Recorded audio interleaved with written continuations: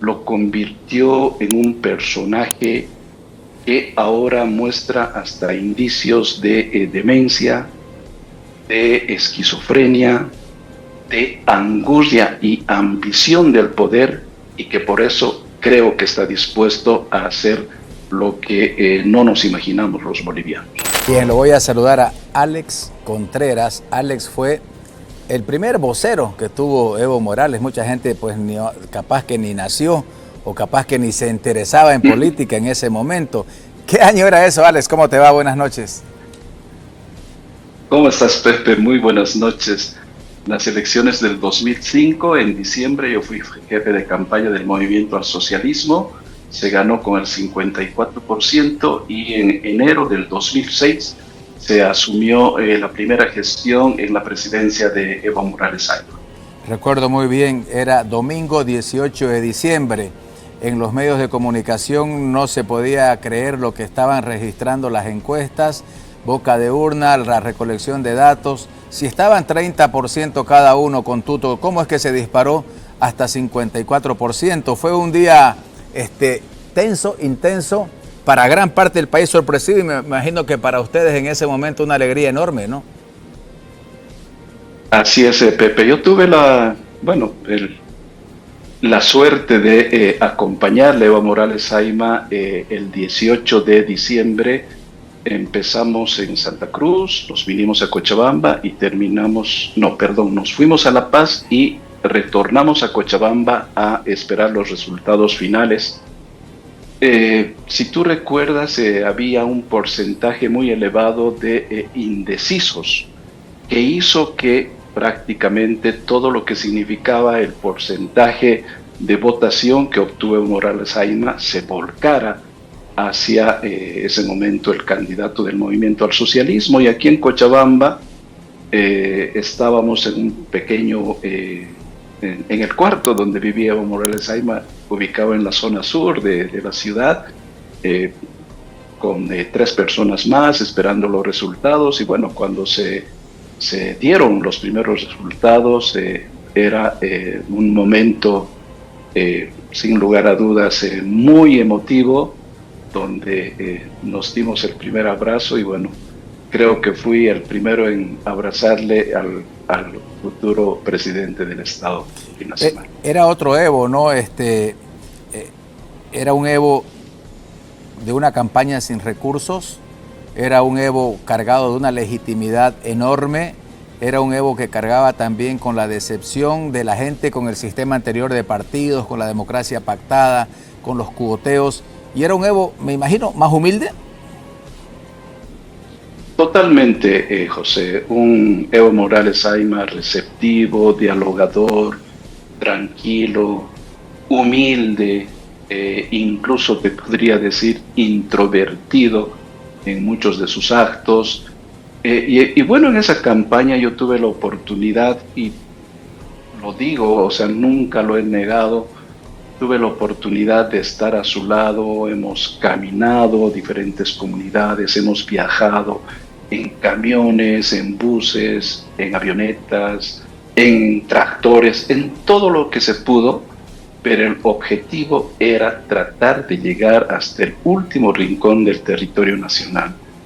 Y se empezó de a poco, ¿no? Se empezó con muy pocos recursos económicos, pero posteriormente, cuando se vio que esta avalancha de un movimiento indígena, campesino, originario, se estaba presentando en las elecciones y era un instrumento político, se vio también el respaldo importante de algunos sectores.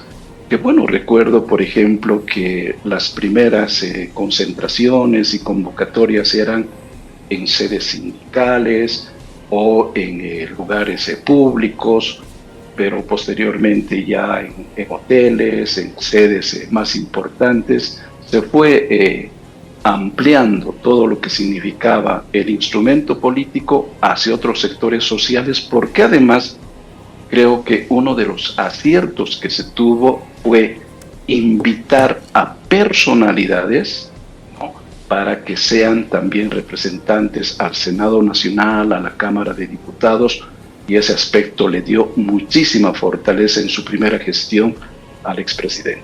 Cuando te escucho decir, Alex, que ese Evo era introvertido, de inmediato pienso en este Andrónico, que lo veo introvertido. ¿Cómo era ese Evo introvertido del 2005?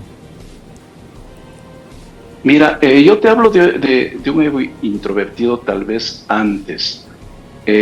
Como periodista yo le acompañé al trópico de Cochabamba innumerables veces.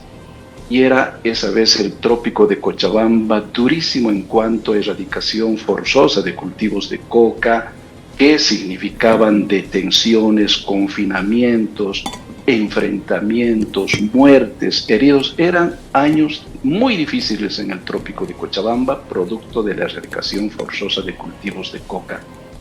Y recuerdo que periodistas mayores a mí y también mayores a Evo, por ejemplo, le decían: Evo, cuando hagas una entrevista, mira la cámara directamente porque le estás hablando a la gente.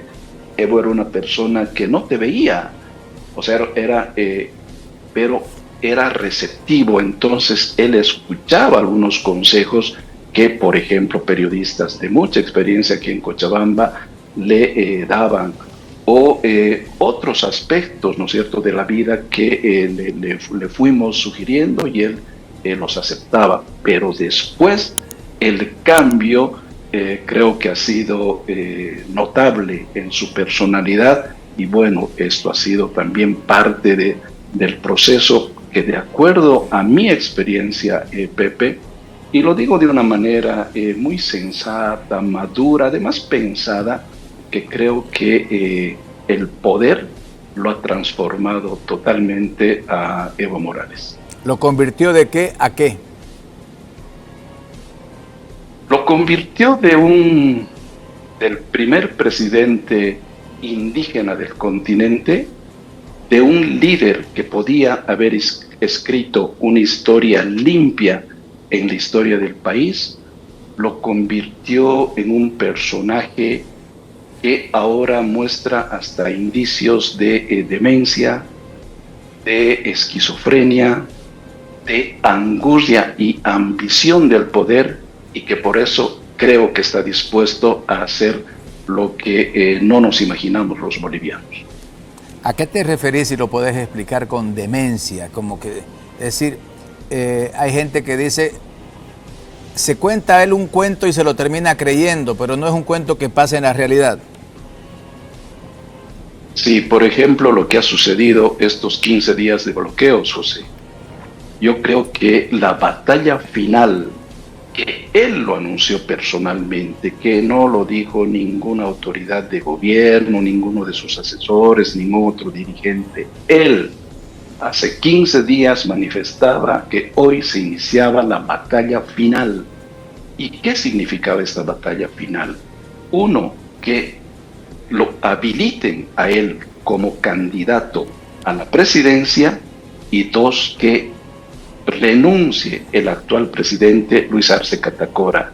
Ninguna de estas dos demandas políticas se cumplieron. O sea, vale decir que Evo Morales Ayma ha sido derrotado en el campo electoral y ha sido derrotado en las carreteras, en los caminos, en las calles, en la movilización. Pero a pesar de esta derrota, él continúa refugiado, movilizando a control remoto a parte de sus bases. Y por ejemplo, hoy, José, a estas horas de la noche, cuando se manifestó a través del Pacto de Unidad que se iba a dar una ayuda humanitaria para que se desbloquee el trópico de Cochabamba en algunas poblaciones, continúa bloqueado. Entonces creo que es esta su angustia, su ambición, que le están trastornando a ese Evo que he empezado a relatar a un principio, al que ha concluido el día de hoy. Evo ha perdido su batalla final. Ha perdido su batalla final, definitivamente. La que él ha anunciado y la que él ha señalado que era la semana decisiva, la ha perdido. Y José, creo que hay algunos aspectos que hay que resaltarlos. Por ejemplo, Evo ha perdido convocatoria a nivel nacional, ha perdido su fortaleza política, su musculatura política que en un momento tuvo, porque el 67% de la población le dijo a Evo que continúe en la presidencia. Es decir, más o menos que de 10 bolivianos, 7 apoyaban su gestión. Posteriormente, creo que su discurso, ese discurso conciliador de defensa de la vida, de apoyo al diálogo, etcétera, ahora se ha modificado totalmente. Desde, por ejemplo, ese audio que se conoció justo en los días de bloqueo, que él niega ser el autor, pero por la estrategia, por todo el diseño de lo que se habla, es él, ¿no es cierto? Y ahí demuestra sus verdaderas intenciones, que eran entorpecer el proceso electoral y sobre todo atentar contra la democracia en el país. O sea, ¿quién iba a pensar que hace unos 20 años este Evo, que luchaba contra los gobiernos neoliberales, que construía el proceso de cambio y el instrumento político, ahora esté tratando precisamente de atentar la democracia? Entonces creo que él ha cambiado demasiado para que estemos hablando de lo que fue antes y de lo que es ahora. Te quiero hacer una consulta, Alex, que normalmente no la he escuchado, no la he escuchado con respecto a Evo, y es posible que no se la escuche con respecto a ningún político. Pero esta es la consulta. ¿Qué lugar ocupa el amor en la vida de Evo Morales? ¿A quién ama? ¿Qué espacio tiene el amor en el día a día de Evo Morales? Te lo pregunto en dos tiempos. El 2005-2004, cuando vos andabas con él, y hoy, 2025, es decir, mucha gente dice, hago todo esto por mis padres. Después dice, hago todo esto por mis hijos. Si mis hijos me piden esto, que es lo más, no tengo ni tiempo, pero lo voy a hacer porque lo hago por mis hijos. Tengo un amor. ¿Qué lugar ha ocupado el amor en Evo, en lo que vos lo conociste hace 20 años? ¿Y qué lugar crees que ocupa el amor? ¿A quién ama Evo? ¿Por quién da la vida cada día o suspira o se emociona o llora por amor? ¿Cómo me puedes responder eso? Mira, José, yo creo que el 2005, y él creo que alguna vez lo dijo públicamente, estaba enamorado de Bolivia, estaba enamorado de la patria, trabajaba 24/7, y creo que en los primeros años por lo menos hizo una muy buena gestión, sobre todo rescatando la inclusión social en el país, de aquella gente que estuvo marginada, discriminada, humillada históricamente, pero él tuvo ese coraje de incluirlos a través de su gestión. Por esa razón, de ese 54% de apoyo en el 2005 y su ingreso al Palacio de Gobierno en el 2006, posteriormente se subió en el referéndum al 67% y las próximas elecciones las ganó con más del 60%. Pero una cosa, a ver, Alex, a ver, una cosa. Claro, es decir, Maradona dice la pelota no se mancha, pero eso es del trabajo, eso es del oficio. Cuando digo el amor por seres humanos, o sea, y no digo el pueblo, porque el pueblo también puede ser una frase política para decir estoy enamorado de mi pueblo, mi novia es Bolivia, ¿no? No, pero digo, todos tenemos un hijo, una hija, una madre, un sobrino, alguien que adoptaste, alguien por el cual darías la vida. A eso me refiero. ¿Qué espacio ocupa el amor en el día a día de Evo Morales? Si lo tuvo el 2005 y si crees que lo tiene ahora. Sí, o sea, el 2005 yo te digo que ha sido de Bolivia. Y ahora el 2025 pienso que es él. Es su ego. ¿Evo ama a Evo? Ha cambiado radicalmente. ¿Evo ama a Evo? Yo creo que él, sí, yo creo que es él, es el egocentrismo que tiene Evo Morales Ayma, porque bueno, en un momento se lo ha endiosado, se ha convertido en un caudillo, ha cambiado, se ha transformado y ahora es él el punto de partida para supuestamente encontrar las soluciones en el país. Sí, porque yo veo fotos de Evo con este candidato, con este dirigente, con este sindicato. Una foto con su hijo, con su hija, con un nieto, o sea, ¿qué espacio tiene la familia en la vida de Evo? No, porque Evo tuvo muchísimos problemas, ¿no es cierto? Que con sus hijos, con Evalís, con Álvaro, de los que se les conoce oficialmente, te podría decir, o sea, porque siempre ha tenido demandas de sus parejas, etcétera, pero no creo que hayan sido la fuente de inspiración, digamos. Sus hijos, ha tenido una muy mala relación con su hermano, con Hugo. Bueno, a su hermana mayor, a Esther, la consideraba como una mamá, pero creo que ellos han sido un apoyo, pero desde mi punto de vista, él no ha tenido como referentes a esas familiares cercanos. ¿Y cómo crees que impacta eso? Digo esto porque cuando uno vuelve a su casa, no sé, hasta una mascota que lo espera, ese tipo de relación, y te recarga la energía, ¿no? Cuando tu hijito es chiquitito y llegas a tu casa y se abraza de tu pierna, pues te da una energía, te repone fuerza. Eso no ha habido en la vida de Evo, y si no hubo, ¿cómo lo ha impactado? Bueno, no ha habido. O sea, yo siempre decía, José, cuando se hablaba del proceso de cambio, que el proceso de cambio empieza en la familia, empieza en el hogar. Si no, puedes hablar un proceso de cambio vacío. Y bueno, desde que le he conocido a Evo Morales Ayma, siempre ha sido una persona solitaria. Aquí, por ejemplo, en Cochabamba, en la zona sur de la ciudad, a sus principios de dirigente vivía solo. En la ciudad de La Paz, cuando era diputado, vivía en la avenida Buch, también vivía solo. Y en la casa, en la residencia presidencial, vivía solo. Uno de sus ideas fue, por ejemplo, de que también vivan en la misma casa residencial, que era inmensa, el vicepresidente Álvaro García, el presidente del Senado, en ese momento Santos, y el presidente de la Te Cámara pregunto una cosa, por favor, Alex. Bueno, ¿Eso lo Así deshumanizó a Evo? ¿Es posible que eso lo hubiera deshumanizado? Yo creo que sí, pero también José tenía, digamos, alguna otra relación con amigos tal vez cercanos que trataban, o él trataba de que reemplacen ese su vacío familiar. O sea, porque, por ejemplo, la foto que tú muestras, esa es una foto ya cuando estaba de presidente.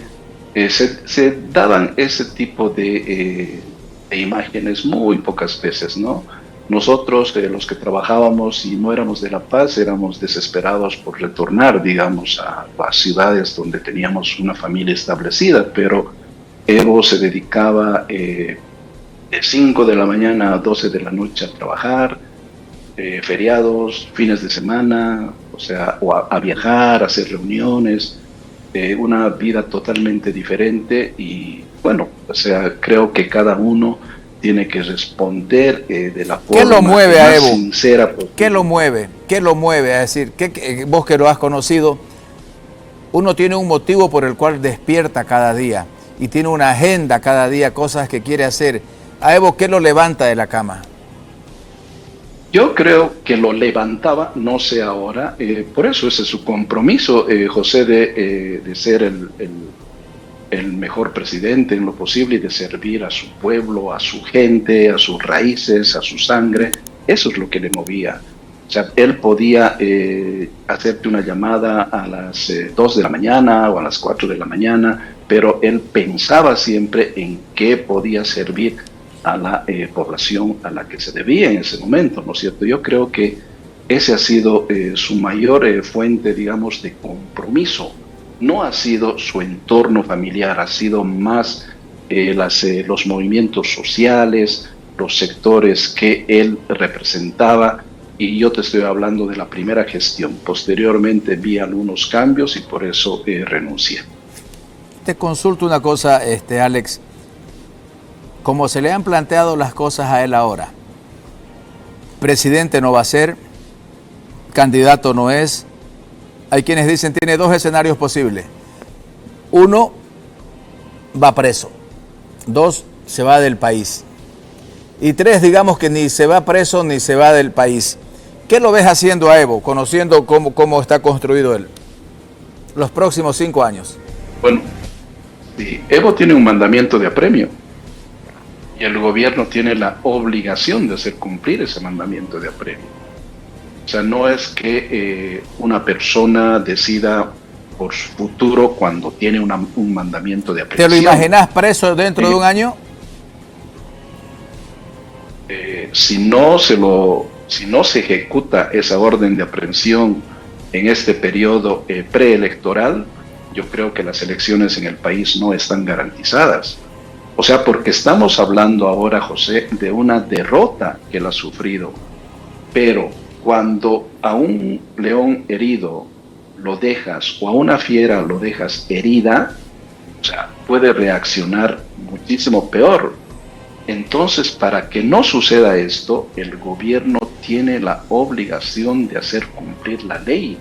Caso contrario, tendremos a un Evo Morales autorrefugiado en la población de Laucaeñe, custodiado por miles de productores de coca, amenazando las veces que ellos vean posible, pero además organizando también otro tipo de eventos como el que se ha conocido hace algunos días.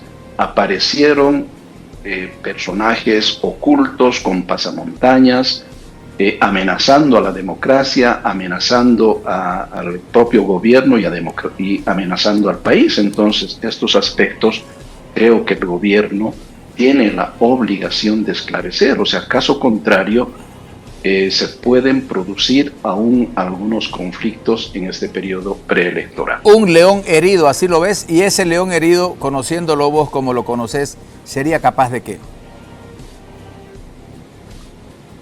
De continuar resistiendo, a pesar de que él conoce que ¿volver a intentar incendiarlo el país? No sé el grado de actitudes que puedan asumir, José, pero, por ejemplo, nadie se puede imaginar, o sea, y me refiero a que ningún boliviano se puede imaginar que cuando un ciudadano está inhabilitado constitucionalmente, legalmente, pueda asumir este tipo de actitudes. O sea, Evo Morales ahí me está convencido, si tú has escuchado todos sus mensajes y discursos, que tiene el apoyo del 60% de la población. Él manifestó que su última manifestación que llegó a La Paz llegaron 3.4 millones de bolivianos. O sea, le ocurre algo anormal, pero que para él es normal, y por eso... Yo por eso te decía, Alex, por eso él se cuenta un cuento irreal y se lo cree. La Paz y el Alto, claro, sumadas sus poblaciones, tienen 1.600.000. Sumado La Paz y el Alto. Si él dice, juntamos 3.600.000, es decir, tendrían que haber vaciado Beni, Pando, Oruro, Potosí y todo, irreal, pero él termina creyéndolo. Ese es el punto. Así es, precisamente por eso. Y él señala que ahora, en este momento, tiene el 60% del apoyo de la población. Y por eso son estas sus movilizaciones, José. O sea, precisamente porque él está seguro de que aún tiene el respaldo mayoritario de la población. Y mientras esto no se lo haga entender, pero a través de las vías judiciales y de acuerdo a la ley y de acuerdo a la Constitución, continuaremos teniendo un Evo Morales Ayma autorrefugiado en el trópico de Cochabamba. Entonces, creo que esto no puede suceder. Este ha sido un error del gobierno, porque ya en septiembre del año pasado, cuando existía el mandamiento de aprehensión, debería ejecutarlo, como hace con cualquier otro ciudadano que comete delitos. El año 2019, cuando la situación se complicó, a pesar de que había gritado muchas veces patria o muerte, él prefirió irse, pidió un avión, se fue en el avión a México. Ojo, que aquí quiero hacer una aclaración. No estoy haciendo ni un presagio ni estoy expresando un deseo. Estoy haciendo un análisis con una persona que lo conoce a Evo Morales. Alan García, estaba enjuiciado, acosado e iba a ser detenido. Y cuando vio la inminencia de su detención, prefirió quitarse la vida. Lo ves a Evo en la forma en que él tiene, capaz de no soportar que lo metan preso y preferir irse antes de que lo detengan, que lo entienda eso como una humillación, etcétera. ¿Recordás lo que pasó con Alan García, no? Claro, claro que sí. No creo, José. El patrio muerte de Evo Morales Ayma nos ha demostrado que es un discurso. Y creo que ahora hay muchos discursos que el gobierno se los cree, que Evo los cree y el gobierno también los cree. Porque mira, ¿qué ha pasado en la población de Yayagua? Posteriormente esos hechos fatídicos donde fueron asesinados 4 policías, un estudiante y posteriormente murió un comunario. Las fuerzas combinadas del ejército y de la policía de manera pacífica, tranquila, quirúrgica, avanzaron despejando las vías camineras, llegaron a Yayagua, ingresaron. ¿Y cómo los ha recibido la población? Los ha recibido, si permites el término, como a héroes. ¿Y por qué no intentan eso en el trópico de Cochabamba? Porque aparte de los productores de coca, que son una fuerza sindical y política muy fuerte, existe una población civil de transportistas, de gremiales, de agricultores, de pequeños productores. Y esa gente necesita vivir, José. O sea, ellos son en este momento los más perjudicados por el bloqueo. ¿Por qué por lo menos el gobierno nacional no intenta ese tipo de operativos? O sea, porque les han dicho, bueno, ingresan al trópico de Cochabamba, no van a salir vivos. O si intentan detener a Evo Morales, van a haber cientos y miles de muertos. O sea, ese discurso se lo ha creído el gobierno. Pero otra cosa es cuando estás en el campo de batalla, cuando empiezas a ejecutar el desbloqueo, por ejemplo, de los caminos ahora. O sea, porque ¿qué más podría hacer Evo Morales Ayma? Ya ha demostrado actitudes criminales que se pueden hacer, y ha demostrado un bloqueo de caminos, pero no le quedan otras alternativas. Entonces creo que es hora de que el gobierno actúe, porque caso contrario se está construyendo un mini estado dentro del estado plurinacional, y eso lo permite el gobierno. Además, José, el 94% de la coca del trópico de Cochabamba, según Naciones Unidas, no llega al mercado legal de la coca de Sacaba. Entonces estás hablando de un nexo directo con el narcotráfico, que lo sabe el gobierno y tampoco hace nada. Cuidado que cuando pasen este tipo de acciones nos diga el gobierno, sí, conocíamos de México chico, cuando en el trópico de Cochabamba existe un México grande. Entonces yo creo que es hora de que el gobierno actúe, de que el gobierno nos gobierne, pues está al final de su gestión y ojalá pueda hacer algo. ¿Vos crees que si el gobierno se animara a entrar al Chapare, podría pasar en el Chapare lo que pasó en Yayagua, cuando entraron los militares? No sé si lo tiene el video de producción, la gente los aplaude, grita cosas contra Evo. ¿Crees que podría pasar algo así? ¿Crees que eso es lo que el gobierno no cree que pueda pasar y sí puede pasar? Tal vez en esa dimensión no, pero seguramente que van a haber algunas acciones de resistencia con seguridad. Pero el gobierno pues tiene métodos disuasivos, el gobierno tiene inteligencia militar, policial, el ejército tiene poder, y el ejército puede hacer estrategias para ingresar al trópico de Cochabamba. O sea, porque no es posible de que se permitan este tipo de territorios libres, donde no existe ley, donde no existe orden, ahora no existe policía, no existen fiscales, no existe nada. O sea, ¿quién gobierna en el trópico de Cochabamba? Evo Morales Ayma. Entonces el gobierno le está dando un mini estado para que Evo y las 6 federaciones del trópico de Cochabamba gobiernen.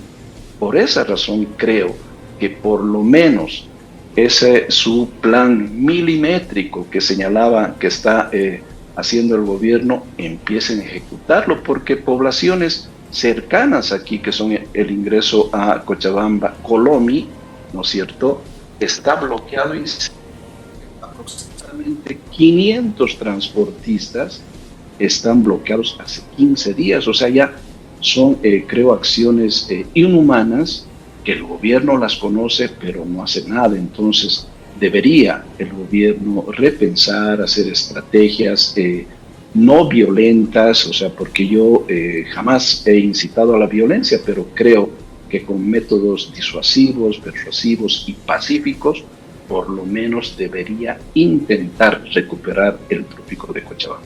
Claro, este podría ser un momento propicio dado el repudio que se ha ganado Evo Morales, pero también podría ocurrir que recupere terreno, es decir, que la gente lo victimice y a partir de eso que el gobierno lo renazca. No, yo no creo que Evo Morales Ayma ya se pueda victimizar. ¿Y por qué te digo esto, José? Porque las acciones de Evo Morales Ayma son muy diferentes a las que el Evo cuando era víctima y recibía apoyo de la población. La mayoría de la población un 21 de febrero le dijo a Evo Morales que no estaba de acuerdo en una reelección. Y Evo Morales Ayma desconoció el voto del soberano. Para mí ese ha sido el primer error político de Evo, que ese pedestal que tenía lo fue haciendo caer.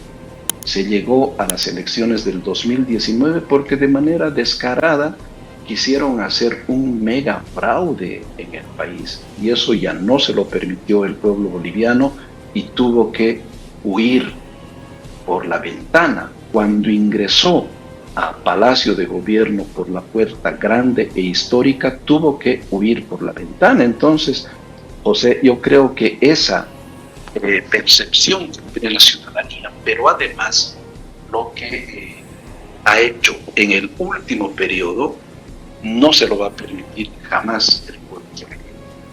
¿Vos crees, Alex, que Evo es cobarde? Uy, mira, no podría darte esa definición, José, pero lo que ha demostrado con ese discurso de patria o muerte y cuando escapó, bueno, ha demostrado que es puro discurso, no en algunas ocasiones.